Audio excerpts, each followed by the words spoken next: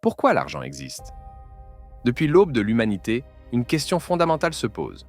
Comment échanger? Comment mesurer la valeur? Comment conserver la richesse? L'argent n'est pas qu'un objet, ce n'est pas qu'un chiffre. C'est une idée, une invention humaine qui a façonné les civilisations, bâti des empires, et parfois provoqué leur chute. Pour comprendre le monde d'aujourd'hui, il faut d'abord comprendre l'histoire de l'argent. Le troc, avant l'invention de l'argent. Avant l'argent, il y avait le troc. Les hommes échangeaient directement des biens, du blé contre des outils, du poisson contre des vêtements. Mais ce système avait un problème majeur. Il fallait que chacun possède exactement ce que l'autre désirait, au même moment. Le troc fonctionnait, mais il limitait le développement des sociétés. Les premières formes de monnaie. Pour dépasser ces limites, les hommes ont commencé à utiliser des objets rares et précieux. Des coquillages, du sel, des perles, du bétail. Ces objets avaient une valeur reconnue par tous. Ils pouvaient être stockés, transportés et échangés. L'argent venait de naître, sans encore porter ce nom. L'invention des pièces de monnaie.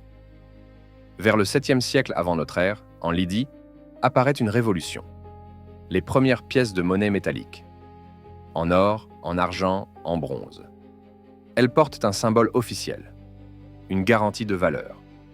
Pour la première fois, l'argent est contrôlé par le pouvoir politique. L'argent et les empires.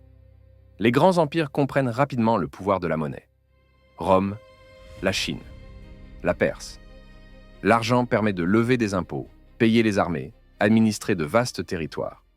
L'argent devient une arme, un outil de domination, un pilier de l'État. La naissance du papier-monnaie. En Chine, plusieurs siècles plus tard, une nouvelle idée apparaît, le papier-monnaie, plus léger, plus pratique, mais fondé sur un élément essentiel, la confiance. La confiance envers l'État qui le garantit.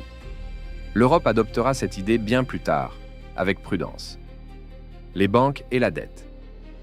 Avec le commerce international, les banques apparaissent. Elles gardent l'argent. Elles prêtent de l'argent. Et surtout, elles créent de la dette. L'argent devient invisible. Il n'est plus seulement une pièce ou un billet, mais une promesse de remboursement. L'étalon or et la monnaie moderne. Pendant longtemps, la valeur de l'argent repose sur l'or. Chaque billet représente une quantité réelle de métal précieux. Mais au XXe siècle, ce système disparaît.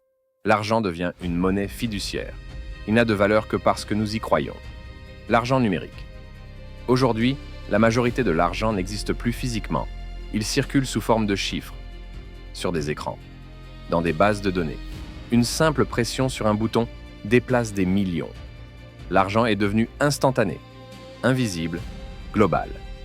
Les crypto-monnaies. En 2008, une nouvelle révolution commence. Le Bitcoin, la blockchain, une monnaie sans banque centrale, sans frontières, basée sur la technologie et la décentralisation. Pour certains, c'est une libération. Pour d'autres, un danger. Une chose est sûre, le système est remis en question. L'impact de l'argent sur l'humanité. L'argent a permis des progrès immenses, mais aussi des inégalités profondes. Il peut construire des ponts ou creuser des fossés. L'argent n'est ni bon ni mauvais. Il reflète simplement nos choix. Qui crée l'argent aujourd'hui? Contrairement à ce que beaucoup pensent, ce ne sont pas seulement les États qui créent de l'argent. Les banques centrales créent la monnaie de base. Mais les banques commerciales créent de l'argent lorsqu'elles accordent des crédits. À chaque prêt, de la nouvelle monnaie apparaît. L'inflation, quand l'argent perd de la valeur. Quand trop d'argent est créé, sa valeur diminue. Les prix augmentent. Le pouvoir d'achat baisse. L'inflation touche tout le monde, mais surtout les plus vulnérables. La dette mondiale.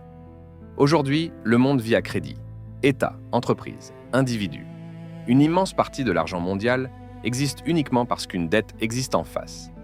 Les grandes crises financières, 1929 jusqu'à 1930. Des crises qui ont détruit des vies, des économies, des espoirs.